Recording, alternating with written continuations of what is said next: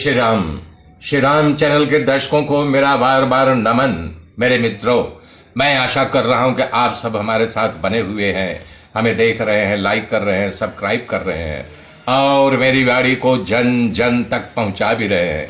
मेरे मित्रों, कल मैंने बताया था, अब आगे की गाथा जोड़ रहा हूं, सत्संग के बारे में कह रहे हैं। हे महाबुद्धिमान राम, वशिष्ठ जी कर रहे हैं श्री राम जी को, वशिष्ठ जी कर रहे हैं, हे महाबुद्धिमान राम, इस संसार में सत्संग समागम मनुष्यों को इस संसार सागर से पार करने का सबसे बढ़िया नौका होती है।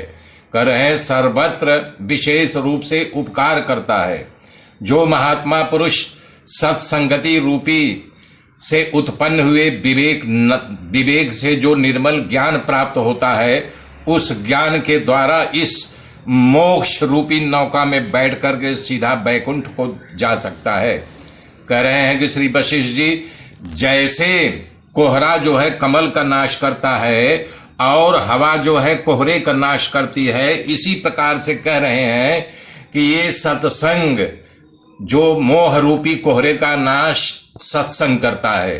कह रहे हैं, श्री राम, तुम्हें ज्ञात होना चाहिए कि संत समागम विशेष रूप से बुद्धि वर्धक होता है, अज्ञान रूपी वृक्ष को काट करके फेंक देता है।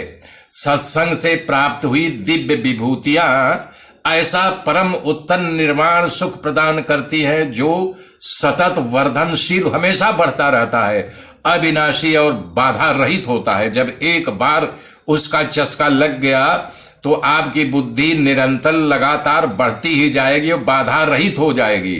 अतएव अत्यंत कष्टदायिनी दशा में पड़कर भी विवशता रूप में होकर के भी सत्संग का त्याग नहीं करना चाहिए, क्योंकि इस लोक में सत्संगति मार्ग को प्रकाशित करने वाली और अंधकार को दूर करने के लिए ज्ञान रूपी सूर्य की प्रभा है सत्संग। जिससे सत्संगति रूपी गंगा को पार कर लिया, वो शीतल निर्मल है, उसी के द्वारा तीर्थ व्रत उपवास पूजा पाठ आदि सब कुछ अपने आप हो जाता है। उसको ये सब करने की जरूरत नहीं है, केवल सत्संगति कर ले, संतों का संग कर ले, अर्थात सत्संगति सबसे बड़ है। हे श्री राम, राग शून्य और संशय रहित तथा चिज्जड़ ग्रंथियों को तोड़कर फेंक देने वाला ये सत्संग होता है।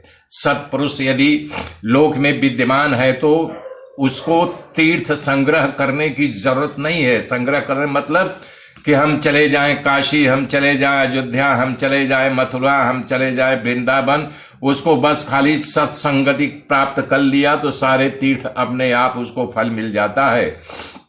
कह रहे हैं, जिनकी चिज्जड़ ग्रंथियों का विनाश हो चुका है, वो जो ब्रह्म ज्ञानी है, उनकी सम्मत, उनका संतों का संग से ही सारे उपायों के भली भांत सेवा करनी चाहिए। यदि कोई सत्संग सत्पुरुष मिल गया तो बता रहे हैं कि उनकी सेवा बलात् करनी चाहिए, निर्भय होकर करनी चाहिए, सेवा करनी चाहिए, क्योंकि भव सागर से पार होने के लिए ये सबसे बड़ा साधन है। कह रहे हैं, जो लोग नरकाग्नि को बुझाने के लिए संतों का अवहेलना की दृष्टि से देखते हैं, बोल रहे हैं कि जो नरक अग्नि मतलब काम क्रोध मोह लोभ माया मत्सर आदमी फंसे हुए हैं, उस नरक से बाहर नहीं आ रहे हैं, तो बता रहे हैं संतों की अवहेलना, उनकी आज्ञा का कभी निरादर नहीं करना चाहिए। उस नरकाग्नि से स्वयं पार कर देंगे यदि किसी संत पुरुष का सानिध्य तुम्हें मिल गया, उनकी कृपा तुम पर हो गई।